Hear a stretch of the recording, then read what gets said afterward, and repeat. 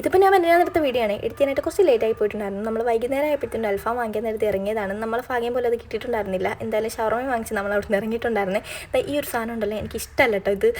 അങ്ങനെ അവിടെ നിന്ന് ഇറങ്ങിക്കാൻ വീട്ടിലാക്കിയിട്ട് ഒരു ബർത്ത്ഡേ ഫംഗ്ഷൻ ഉണ്ടായിരുന്നു എനിക്ക്. ഞാൻ അങ്ങനെ തസ്ലയും വിളിച്ചുകൊണ്ടാണ് പോകുന്നത്. അവളെ വിളിച്ചിട്ട് 6 മണിക്ക് റെഡിയായി നിൽക്കാൻ പറഞ്ഞാണ്. അവൾ ഇറങ്ങിയപ്പോൾ 6:30-7 മണി ആയിട്ടുണ്ടായിരുന്നു. തല്ലിയിലും അങ്ങനെയാണ്, പണ്ടേ ഇങ്ങനെയാണ് കേട്ടോ.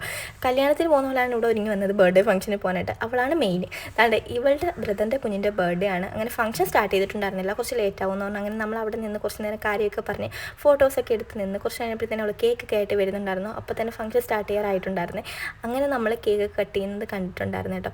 അതും കഴിച്ച് അപ്പോൾ തന്നെ 8:30 ആയിട്ടുണ്ടായിരുന്നു. അങ്ങനെ ഒരു പീസ് കേക്കും കഴിച്ച് നമ്മൾ അടുത്ത ഫുഡ് കഴിക്കാനുള്ള പ്ലാൻ ഇടുവാണ്.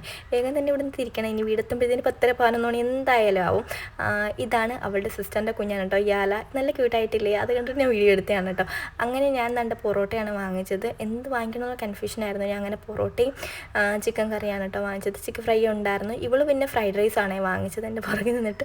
അങ്ങനെ അതൊക്കെ വാങ്ങിച്ച് എല്ലാം പെട്ടെന്നായിരുന്നു കേട്ടോ വാങ്ങിച്ച് കഴിച്ചത്. അവിടെ നിന്ന് ഇറങ്ങുമ്പോൾ ഇനിയും ലേറ്റ് ആയാൽ നല്ല ഇരുട്ടാവും. പിന്നെ ഞങ്ങൾക്ക് പേടിയാണ് പോകാൻ. കണ്ട ഐസ്ക്രീമും പിന്നെ ഫ്രൂട്ട് സലാഡൊക്കെ ഉണ്ടായിരുന്നു. അതും കഴിച്ചിട്ടാണ് നമ്മൾ അവിടെ നിന്ന് ഇറങ്ങിയത്.